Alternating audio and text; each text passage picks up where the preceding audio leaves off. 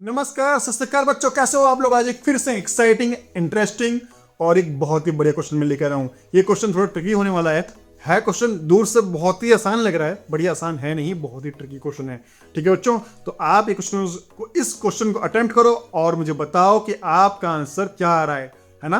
Plus answer ही नहीं, अपने solutions को भी मैच करना है। एक बार आपके सॉल्यूशंस अगर आपके परफेक्ट हैं तो इसका मतलब ये है कि आप जब भी एग्जाम में करोगे तो आपके एक बार उन सॉल्यूशन के मैटर पे, इन सॉल्यूशन की बेसिस पे आप ऑप्शंस को टिक कर पाओगे, क्योंकि एग्जाम में बहुत ही ज्यादा मेंटल प्रेशर होता है उस समय। तो अगर आपके मेथड सही हैं तो आपको कोई पछाड़ नहीं सकता। तो बच्चों, क्वेश्चन बोलता है consider the situation shown in below figure, the wall is smooth. अच्छा जी, चलिए, ये है स्मूथ।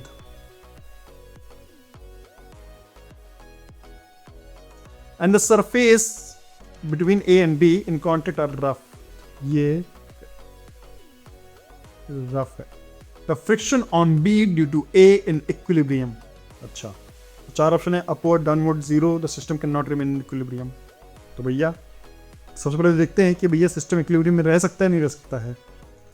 तो ठीक है,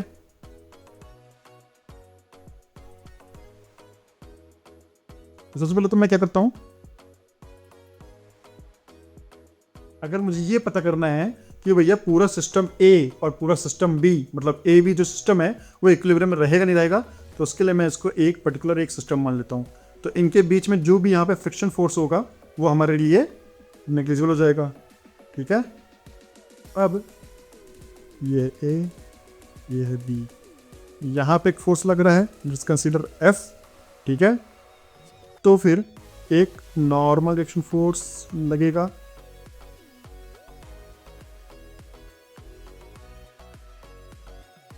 एन। ठीक है बच्चों, एक नॉर्मल फोर्स एन लगेगा। उसके बाद पूरा जो सिस्टम है ना, समझिए कैपिटल एम का मास कैपिटल एम है, इसका मास स्मॉल एम है, तो भैया एम प्लस एम जी लगेगा। और चूंकि ये चीज़ स्मूथ है तो यहाँ पे कोई फ्रिक्शन फोर्स नहीं लगेगा, ब्लॉक ए के लेफ्ट साइड कोई फ्रिक्शन फोर्स नहीं लगेगा। तो भैया कोई फ्रिक्शन फोर्स नहीं लगेगा तो लेफ्ट मतलब हॉरिजॉन्टली तो फोर्स बैलेंस है, बट वर्टिकली फोर्स बैलेंस नहीं है। इसका मतलब क्या है कि भैया जो नेट फोर्स है वो मास इंटू एक्सेलरेशन के बराबर है। सो नेट फोर्स कितना है,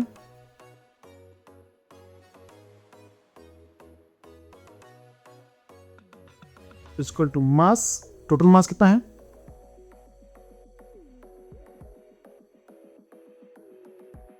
यहां से एक्सेलरेशन g के बराबर आ रहा है। इसका मतलब है कि पूरा का पूरा सिस्टम g एक्सेलरेशन से नीचे जा रहा है। और पर्टिकुलर किसी सिस्टम में अगर एक्सेलरेशन है बच्चों तो फिर वो सिस्टम इक्विलिब्रियम में नहीं हो सकता है, क्योंकि इक्विलिब्रियम का मतलब ये होता है कि भैया एक्सेलरेशन जीरो है किसी भी पर्टिकुलर सिस्टम में।